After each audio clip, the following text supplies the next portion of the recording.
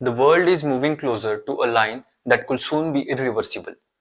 The East and the West are locking horns like never before, and nations like China, Russia, North Korea, and Iran are leading the charge against what they call Western dominance. But here is the question that matters the most.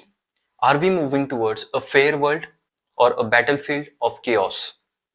Russia recently proposed a nuclear deal to the United States, a temporary extension of the New START treaty until February 2026. So why is it such a short timeline?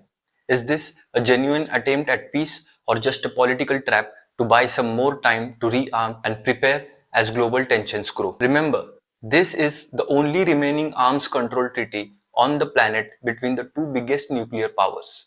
If this treaty collapses, there will be no limits left on how many nuclear weapons the US and Russia could build. So what happens to the world when the two biggest nuclear nations stop talking and start building more mass destruction weapons again? Meanwhile, Russian drones and fighter jets violated NATO airspace. This wasn't just provocation.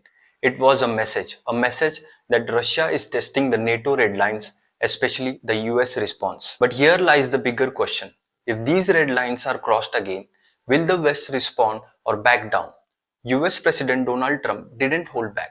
He called Russia a paper tiger and said he would shoot down Russian jets crossing into NATO airspace.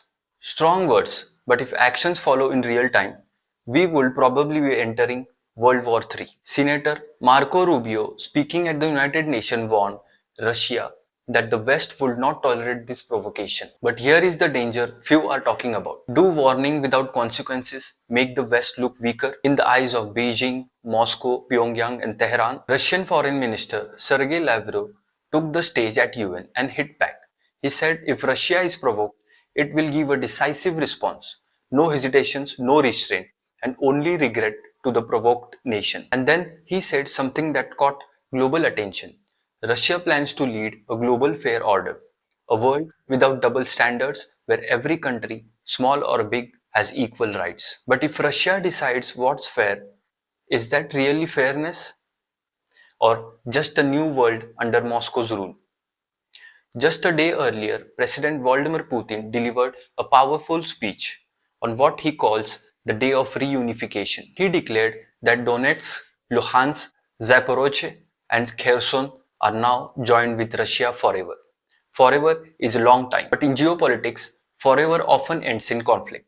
If these regions are attacked again, Moscow will claim it is defending its own homeland. But President Trump says he will fight to recover these territories for Ukraine. If NATO arms reach to the front lines, does this become a NATO-Russia war overnight? And that's where things get dangerous.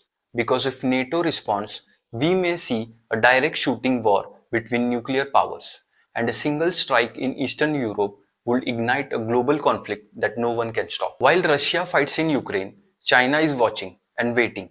Intelligence agencies and defense experts warn that China might move to take over Taiwan within the next few years. Taiwan's leaders have already called for stronger international support, especially from the US and Europeans, urging the world not to ignore Beijing's ambitions. China's silence is strategic. It has strengthened ties with Russia, Iran, North Korea, and beyond, forming what experts call a cooperation that threatens America's global influence. If China goes to take Taiwan while Russia holds Ukraine, that will mark the start to the official end of Western dominance.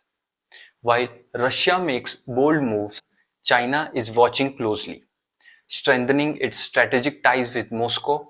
Iran is supplying Russia with weapons. North Korea continue to test missiles and threaten the West. Together, they are forming a new bloc of power, one that could challenge the dominance of the US and its allies. The East versus West divide is no longer a theory. It's happening right now on the battlefield, in the skies, and in the global politics. If this bloc continues to grow, will we be seeing the 21st century belonging to the East, or will it collapse under its own aggression? The world stands on the edge of history. The next coming months could decide more than just the balance of power. They could decide the future of the planet. When the line is crossed, who will blink first, the East or the West? So is this a new Cold War, Or are we already standing at the edge of a very hot one?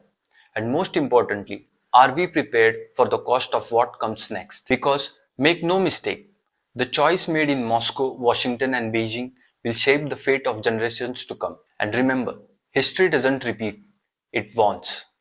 Thank you for watching.